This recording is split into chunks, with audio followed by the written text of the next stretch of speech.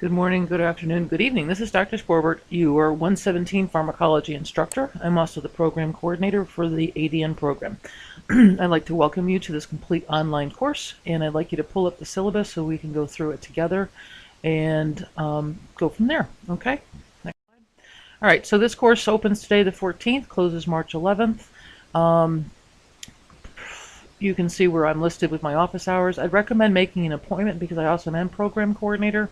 So it's valuable that I don't waste your time if I'm unavailable to see you if you just walk into the suite. So during my office hours, of course, I will be available, but if it's after 12 o'clock or who knows, I may be pulled into meetings and I don't want you to waste your time. So if you need to see me face to face, please do so and set up an appointment via my email.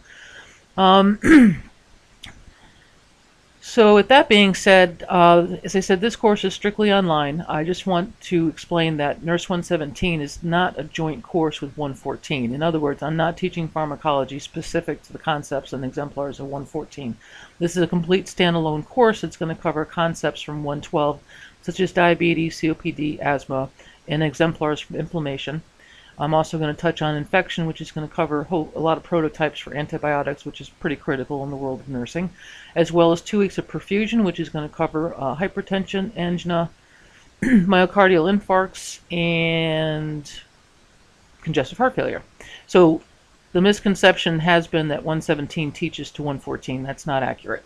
It's a standalone course that covers, as I said, 112, picks up some perfusion concepts from 114, and hopefully prepares you, taking it one step further, to go into second year for 212. And hopefully some of that, at those medications at that point, will be reviewed. There will be new medications. There's only so much I can do in 7 weeks. There are textbooks listed. I've already provided the access code via Pearson Rep, provided it to me this morning. It's in Module 1 at the top of the screen. I also linked it into an announcement email. That will give you the codes to get into your MyLab. So I'm just going to jump ahead a little bit while I'm thinking about it. When you get into the pharmacology for MyLab, it's going to look a lot different than Pearson for 111 and 112. The first page is going to open up and it's going to have like a calendar on the front. It might say announcements or work in progress. All you need to do is go to the left-hand side of your screen, click on pharmacology, click on learning path, and the case studies are set to open at certain times and close at certain times. And those dates and times are listed in your course calendar. You will have 3 attempts to do the case studies. There are going to be 3 of them: diabetes, peptic ulcer disease, and myocardial infarct. Okay, and they're staggered throughout the 7-8 week course, and they will not be in the same weeks of the discussion board, so that the work assignments aren't on top of each other, if you will. There are no preps and wraps. There are no dynamic study modules. This is a 2-credit course, and I've really skimmed it down to that point, even though I truly believe in student learning. The case studies, I've done all 3 of them, and I've given you 3 attempts, and you will earn the highest grade of the 3. Okay, they depends on how much time you want to take to do them. It's not time sensitive. I've left them. You have pretty much a week to do them, and I believe you can save your work as well and come back to it. This is my first time using Pearson in my lab, so be patient with me. Please be flexible. I know you've already had it for 111, 112, but I've made this pretty straightforward, just to cover the 3 case studies. That's all you're using the MyLab for this course.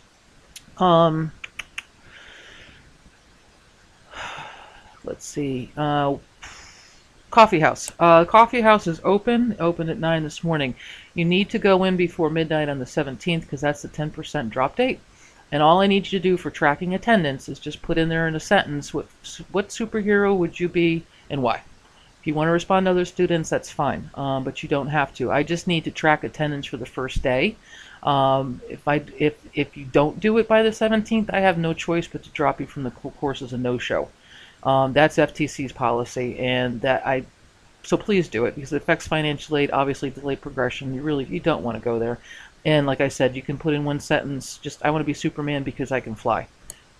That's fine. I don't need anything else that covers the requirements. Coffee house is located in the discussion board. For Ask the Professor, which some students have already done, and that's great. If it's course related, course content, please put it in there so that all your peers can see my answer, so you'll all have the same information.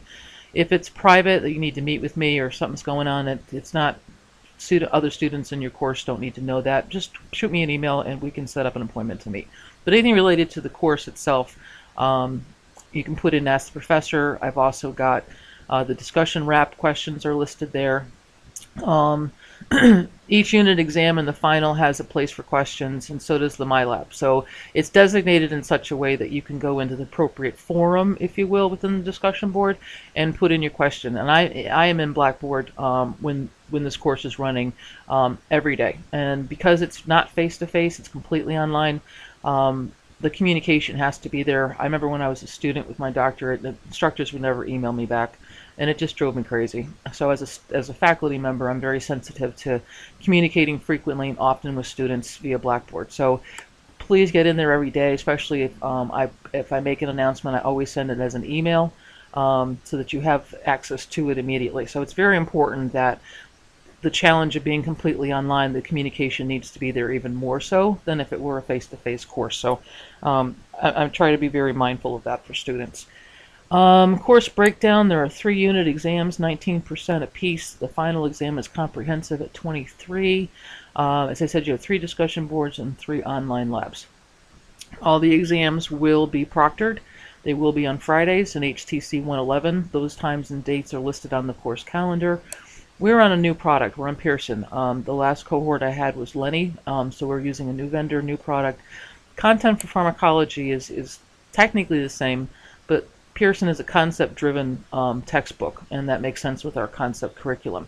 So you will be needing to do the readings, and you will need to take study notes and study guides and make note cards, especially when it comes to the meds itself. I'm not going to get the opportunity to do voiceover PowerPoints as much as I would like to have done for this course, so it's imperative that you are in your book and you are reading materials, and you are on the PowerPoints that have been posted for every concept and exemplar in this course. There may be some changes with administration, which would require some changes to me getting assistance for teaching this course or doing assignments. So Professor Gordon will,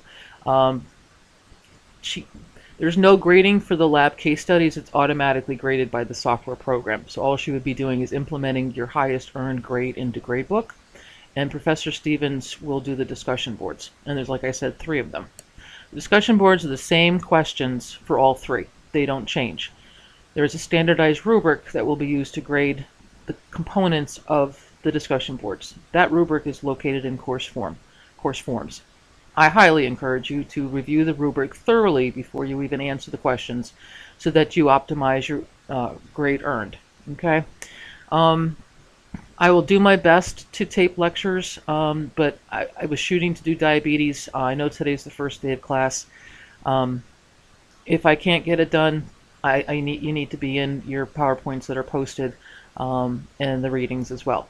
You will notice the readings for week 1 through 5, which is why I opened the course last week early, is because it's the fundamentals of pharmacology before you start getting into concepts and exemplars. Now, granted, the first 5 chapters are no more than 60 pages total. You'll notice the PowerPoints for each chapter is extensive. Please be mindful of the fact that for exams you're accountable for both PowerPoint content and the book content. And then we start the first concept this week, which is diabetes. Sorry, the concept is metabolism and the exemplar is diabetes. Make sure you review the makeup policy because that will be employed throughout the program. And as for the exams being proctored, there will be a mock exam I will provide this week. It's done. I just have to give it to you. Please do it. Over break, there could have been updates from Exemplify. You may need updates on your own laptop. I know the student handbook says it's required. It will not be proctored. But I don't want you getting to the first exam and you haven't done X, Y, and Z, and you were unable to download the exam. You will not be sitting for the exam. It will be a 0. And that kind of puts you in a real hole of being able to get out of that and being successful in 117. So please do the mock exam. Please make sure you call tech support if you have problems. Be proactive, do it early, be on top of things so that you can be successful and not have something so little as that interfere with your success in this program. If I didn't say I was doing assigned seating, I'm saying it now. Um, there's no dose calc homework in this course. The only dose calc you're going to see is on your exams. There's 5 for each exam, including the final. Um, the exams will consume of hotspots, true, false, select all that apply, or multiple, and multiple choice. And so there's 5 of those on the mock exam. So we have to make sure that, like I said, all your software is updated and you're good to go. Let's see what else. Disabilities, if that's the case, please see Casey Grover over in the Disability Services to get that paperwork taken care of as soon as possible. Trying to think what else I want to say. Syllabus agreement. Once you read the syllabus, you can just send the agreement form after you signed it to my email account. I didn't establish a file exchange in Blackboard for that, so I don't mind taking it as an email. I just put it in my 117 course folder. You have directions for my lab, the discussion forums.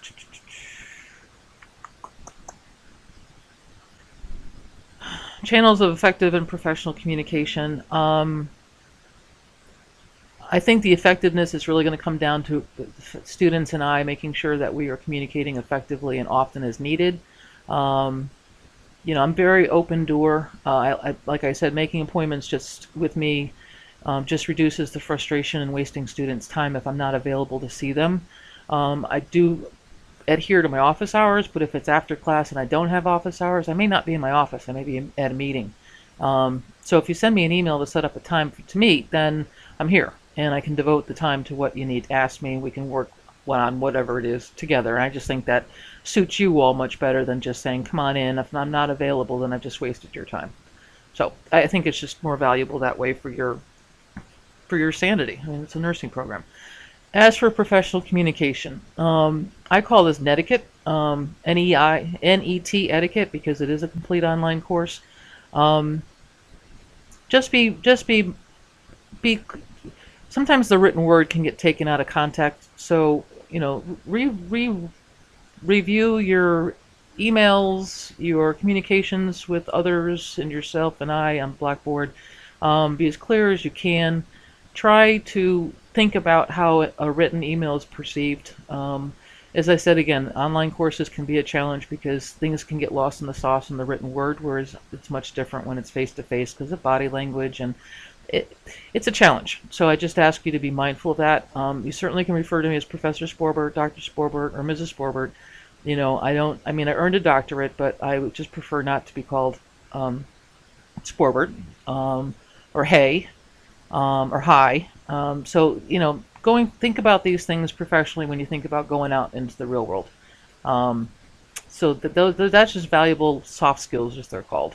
It will help with resume building, getting ready for interviews with jobs. So I'm not trying to be difficult. I'm kind of thinking about the bigger picture when you get out of the program, especially if you go on for your master's or your BSN. The requirements will change in sense of professional expectation and responsibility in communication, whether it's written or oral, with your colleagues and future instructors. I think that's about it. I think it covers everything I needed it to cover. I'm hoping that this PowerPoint with voiceover will take. If not, I will be downstairs at 11:30 for your first day in 114 to do this face-to-face, because I think it's this piece is extremely valuable to get you guys up and rolling and feel comfortable with me. I've met some of you, but have had no real communication, or you've not had me in a previous course. So the voiceover PowerPoint, I think, is really helpful. And I hope that you enjoy this course. And, if you have frustrations, if concerns come up, please come to me, email me privately if it's something personal. Again, professional communication. If I don't know because it hasn't been communicated, there's no way that I can address it in a timely manner to reduce frustrations and anxieties. I think that's critical to your success. Nursing school is anxious-ridden, and it can be frustrating, and it definitely is stressful. And so I want to provide a course too that gives you the knowledge to pick up on medications to help you fully understand better COPD and asthma, for example, definitely diabetes, and definitely cardiac. You got metabolism, oxygenation and perfusion, infection, huge concepts in the nursing world. So I really want you to be able to take something out of this course and learn from what you previously learned and then pull it forward into your next courses. Pharmacology is absolutely critical to nursing success, and not getting sued for giving someone the wrong medication or not understanding what needs to be done before you give a blood pressure medication, which you all should know is taking a blood pressure.